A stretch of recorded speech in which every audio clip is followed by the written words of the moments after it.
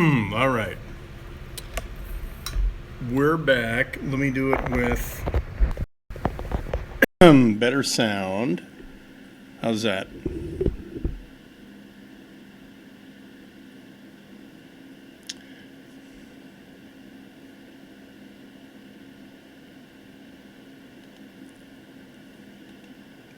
All right. So you're all back.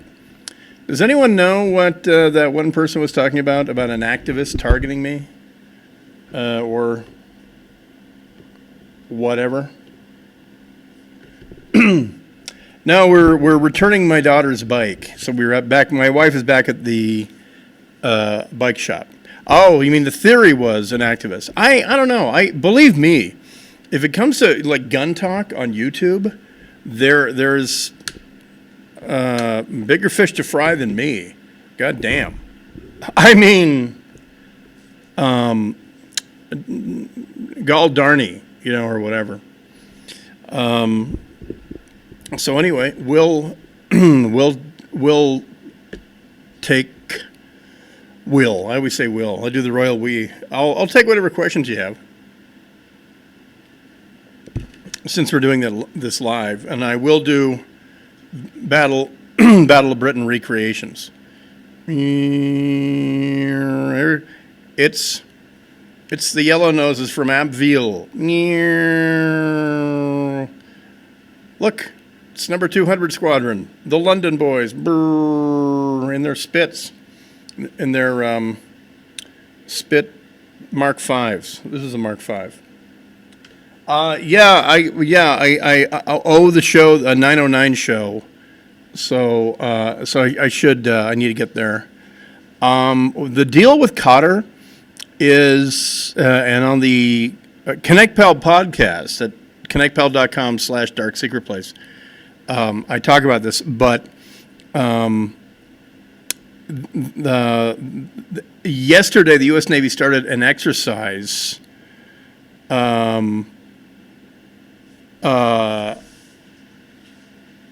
with the Qatari Navy, and Mattis could have canceled that. So clearly we're still trying to get the two sides to take a deep breath. We could have canceled the exercise with Qatar, but we did not. And that's pretty significant. And it was a hastily organized exercise. Edwards Air Force Base. I have to get out there to update my wife's dependent ID card on the because it's called a Rapids site. So I do need to get out there to Edwards. So wait, I have to get this straight. I forgot the Yellow Noses. Hang on 1 second. I'll be right back. I'll be right back. Right after this. Just a second. Here we go. All right. It is, of course, it is Battle of Britain season. So so every morning, see, there's a Yellow Nose, as seen here. I'm in IRR status, basically. I might go back in for my last 2 years, and there actually is at Fox Field, there's an Army Reserve unit, or is it a Guard unit? I think it's a Guard unit, but it's like some pogey transportation bullshit, and I don't want to do that. I think there is, correct me if I'm wrong, there's like 185 Armor. Is it the Palmdale Armory? Something like that. Or, to be dead honest with you, I wouldn't, to finish out my 3 years that I need, I wouldn't do it in California in general. I just would not. There is, in my experience, there just is not. I have been in the Army Reserve, the Washington, Oregon, Idaho, Nevada, Utah, and California Army National Guards, and by far, easily, California is the most messed up. So there's the original painting. This is from Britain, 1940. And this was a, it doesn't, Doesn't give me my the squadron for the Yellow Noses, but it was a air wing there. The Yellow Noses in Abbeville, France. And if there's any one single book that I recommend, if you're going to read just one book and get a great oversight from strategic down to tactical on the Battle of Britain, it would be this. A Summer Bright and Terrible by David Fisher. A really, really, really excellent book. I heard that Ridley Scott is doing that. I hope he doesn't fuck it up. I hope they're not trying to do just a reshoot of that classic Battle of Britain movie, which is great. The cast is phenomenal. It's a terrific war movie. But the effects are just terrible. The air-to-air combat, and things like that. The prop master, the property master for Dunkirk is someone known to Tactical Pro Shop. So he put me in touch with that guy. And so hopefully we're going to have him on talking about Dunkirk and some of the challenges there to get British, accurate British 1940 kit. The Churchill series are very, very good. They're pretty laborious to get through, but and especially once you get the other perspectives from Hugh Dowding, the head of Fighter Command, who didn't write this, but this is sort of what the book is about. Once you get the other perspectives, it really is excellent. Duel of Eagles by Peter Townsend. Peter Townsend was a Battle of Britain pilot and commander, and he wrote Duel of Eagles in 1967, 68. It really stands up. It stands up as a really, really good history book. A very, very entertaining read from a guy, who was there. The USS, what is it, USS Frederick? DDG 62. There was a collision with a merchant ship about 60 miles off Yokosuka, and apparently the American ship is taking on water. So it sounds like it was a pretty significant collision. So the American ship is going to be towed back into Yokosuka. Fitzgerald, yeah, that's right. What did I say? Patrick Fitzgerald and Gerald Fitzpatrick, the Irish gay couple. So it's being towed back to Yokosuka, apparently. Hang on, more Mio.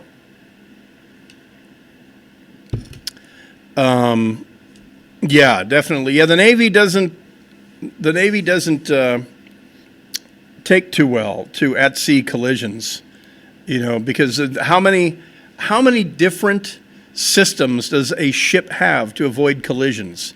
Even in fog or in night, not only do they have, radar, but everyone has GPS. If you can't track a naval ship, it can track you.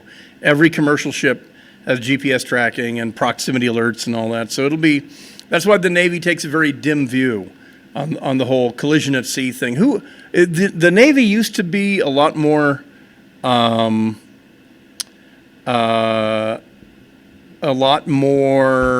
forgiving. There was, who was the famous World War II commander who, in the 1920s, he turned his destroyer squadron into the rocks, like up at Morro Bay or something? Let me look that up right now.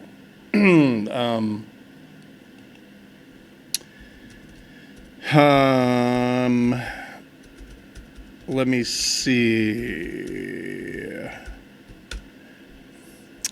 The Honda Point disaster. That's what it was.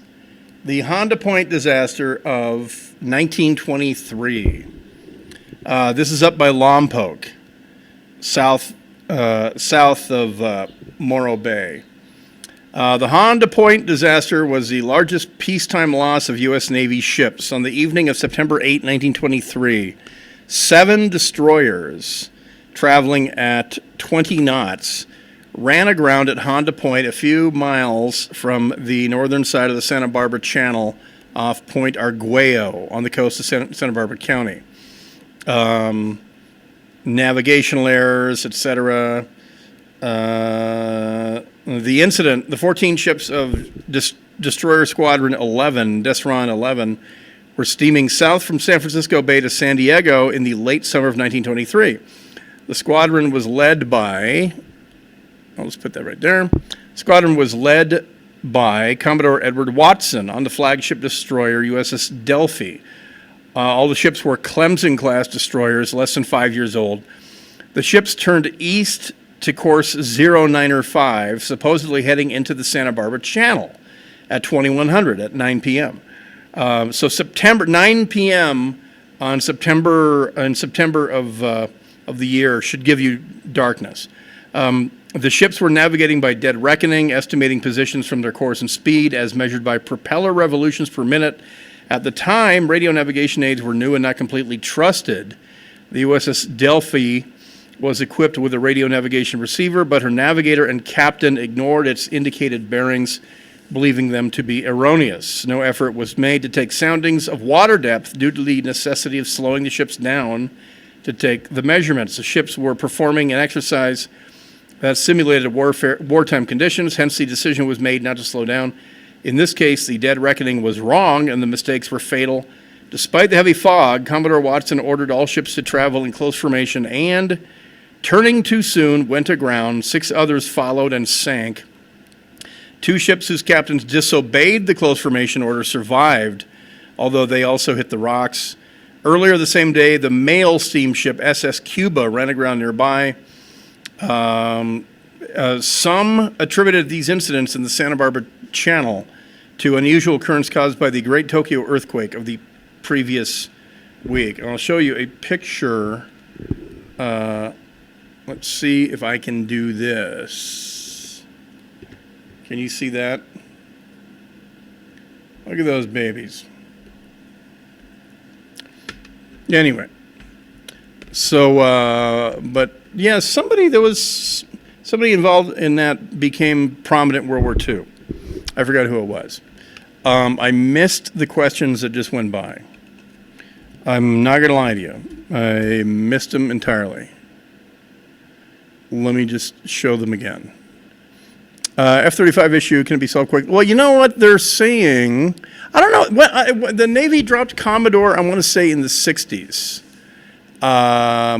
Yeah, that he's still in 06. The Commodore is still in 06. But in the Navy, they jump. They go from 06 to 08. Rear Admiral, a RADM,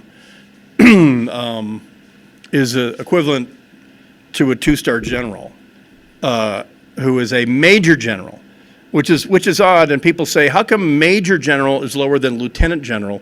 Isn't a lieutenant less than a major? Well, the origin of major general is from Oliver Cromwell's army, and the major general was actually the sergeant major general.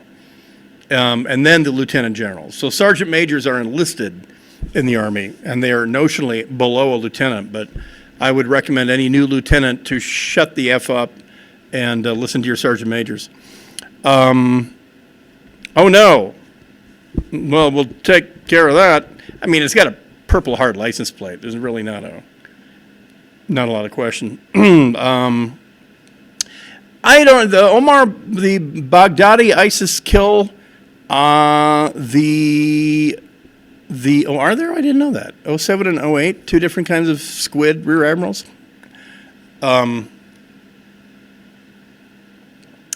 So the Russians claim to have killed al-Baghdadi. They haven't presented any evidence of that. And in fact, the photos that they submitted and said, oh, here's the post-strike photos of where we killed him. They were the same photos that the Russians on May 29th released to show that the coalition had hit some targets in Raqqa. So they said that we did that damage. On May 29th, they said, hey, here's some pictures of damage that the American coalition did. Now, now they're releasing those pictures as, oh, look, here's the post-strike and when we killed al-Baghdadi.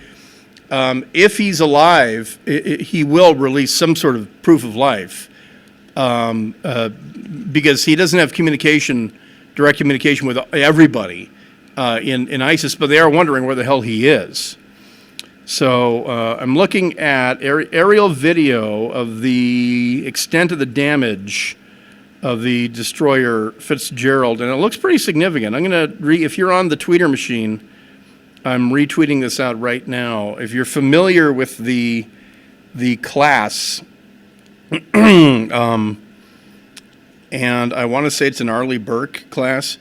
If you're familiar with the class, this the extensive damage was done right below the bridge level, but above the main deck, the O1 deck.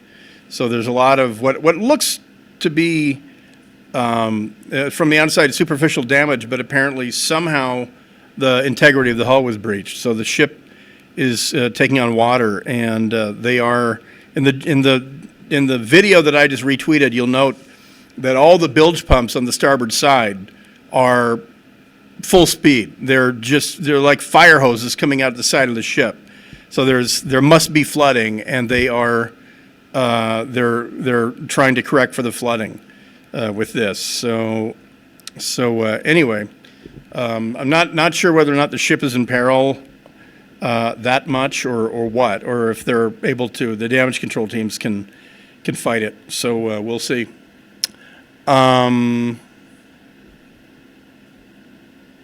Well, I was in Navy ROTC. I mean, I'm not going to lie to you. I was in Navy ROTC for 3 years as a Marine option, and I am a huge naval head, type. I do love reading about naval warfare and stuff like that. I'm very glad I didn't go into the Marine Corps aviation or naval aviation, because I did discover that I belong as a cavalry. I belong in the U.S. Army Cavalry.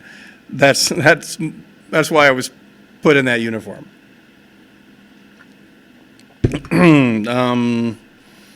Let's see. I'm gonna run this video from NHK. If I'm wrong about the class of the ship, sue me. Still, 7th Fleet PAO says still taking on water. The Gerald Ford is a great idea. Putting the electromagnetic catapults instead of the steam catapults, if they can perfect them and keep them, battle worthy. That's great. In other words, going to sea with 1,000 fewer people is better than going to sea with 1,000 people, more than what you need. But yeah, of course, it's very expensive. But it will be around for 50 years, 50 to 60 years. The Nimitz class are not going to be retired until 2030. So they're literally going to be coming up on their 60th anniversaries as floating airfields. So you can't beat that amortization. Also, why was your message retracted? It said Ben Haas, message retracted. Did you say something naughty? Do they not like you? Well, they almost have that literally at a deployable state. The railgun, as it's called, the U.S. Navy is closer to having a deployable railgun than anybody else. And what a railgun is it's looks like a gun, but it actually operates with an electromagnetic pulse that reacts with the metallic sabot around the round. And what a sabot is let's say this is my round. A sabot contains it like this and takes it down the barrel. Once it leaves the barrel, the sabot is sectioned and they come out, and the projectile continues downrange.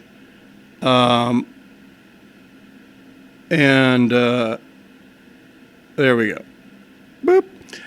And we use them in tanks. The main the main tank killing round that we call the silver bullet is a depleted uranium dart, and it's about this long with fins, and it's contained in 3 aluminum sections, and as it flies down the barrel of the M1's 120 millimeter smooth bore cannon, as it leaves the interior of the barrel, the sabots come off and the round goes down range and hits the tank. And it hits it with this super dense metal, depleted uranium, and it hits it with so much kinetic energy that it's like putting a locomotive, the energy of a locomotive, into the tip of a pen.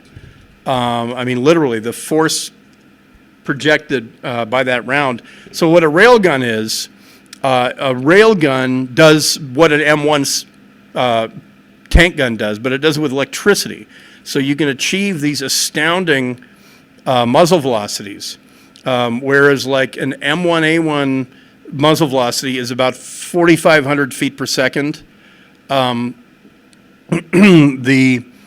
railgun can achieve 20,000 feet per second. So quite literally, it can fire at targets over the horizon like the old USS Missouri could do, but even further range. And so the round is literally going to be a kinetic kill round. It's not going to be an explosive round. You can fire the thing so fast that all you need is a mass of metal. So the rounds for a railgun, a naval railgun, will be depleted uranium or some other dense metal. And so that, the reason we like that is because that means no explosive charges. It's just electricity. If you've ever seen the footage of was it the Missouri that had the turret explode? Naval gun turrets have super compartmentalized powder storage. If you don't know this, naval guns and most artillery are what's called separate loading. You stick the round in, like the 155 millimeter round in a howitzer, you seat the round, and a brass ring around the base of the round engages the lands and grooves, and then you put the powder charges behind it in the breech, and then you shut the breech and you blow it. So you put different charges in to achieve different ranges and things like that. So on a naval ship, that's why the Arizona exploded so spectacularly, is because the battery was, the magazine was hit. And so on like the Missouri, the Iowa class or Wisconsin class battleships, in the turrets they had their own magazines, and so the thing, exploded like a Roman candle. So if you have a railgun, there's nothing explosive. There's nothing. There's electricity. So it's a great use for a nuclear reactor, by the way. So that works. Let's see. Did I miss a question? Yeah, Iowa. Thank you. I would imagine so. It might be because it is traveling enough. They're having to solve for heat and all that. No, we didn't. Thanks for getting me back on point. Yeah, so we are holding almost sort of surprise exercises with the Qatari Navy. And my sense of this is that Mattis could have canceled. If we were taking the Saudi side, Mattis would have canceled this because this is, clear cooperation. Plus, right now, the Saudis are considering the Qatari military as a potential adversary. So for us to be out at sea with their potential adversary, would indicate that we're still on the fence on this. So we will see. But we clearly have not picked one side over the other, is what I'm saying. And had I heard about a canceled U.S. Navy, Qatari Navy exercise, then I would be saying that indicates maybe we are taking a side on that. Thoughts on DPRK prisoner release? I don't know. Sucks to be that guy. I don't know what to tell you except I would be really, really angry at North Korea. I mean, I would be going to the UN Security Council asking for wider sanctions on North Korea because if the North Koreans had this guy in a coma, if he went into a coma in April of 2016, the North Koreans could have said something right then and said, this guy requires medical attention that we can't provide, so we're giving him back to you. And here's what happened. Not a problem, but they hung on to the guy, and his condition didn't get any better. So, I mean, could they have reversed the coma? I have no idea. But what would piss me off if I were president would be that out of just humanitarian reasons, you didn't tell me this, yet you're still demanding, based on humanitarian reasons, that we lift all kinds of sanctions. They would have made a much better point, had they perhaps been a little more forthcoming with that sort of thing. So let's see. Anything else? I don't know.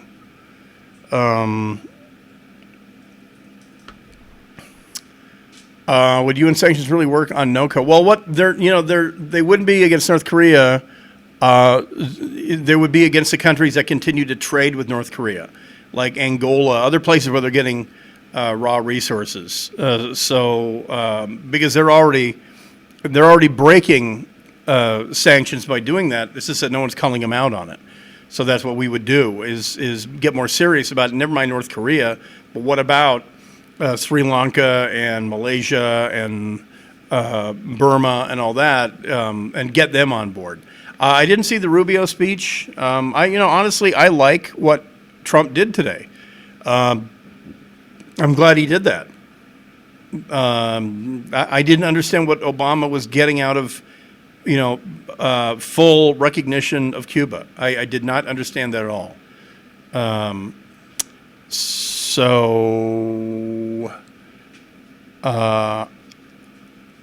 there's that. Gavin Newsom just tweeted out a picture of his dickhead self. It looks like it's Christmas, and he's balancing a basketball on one finger, and he's smoking a pipe with the other. What a douche. So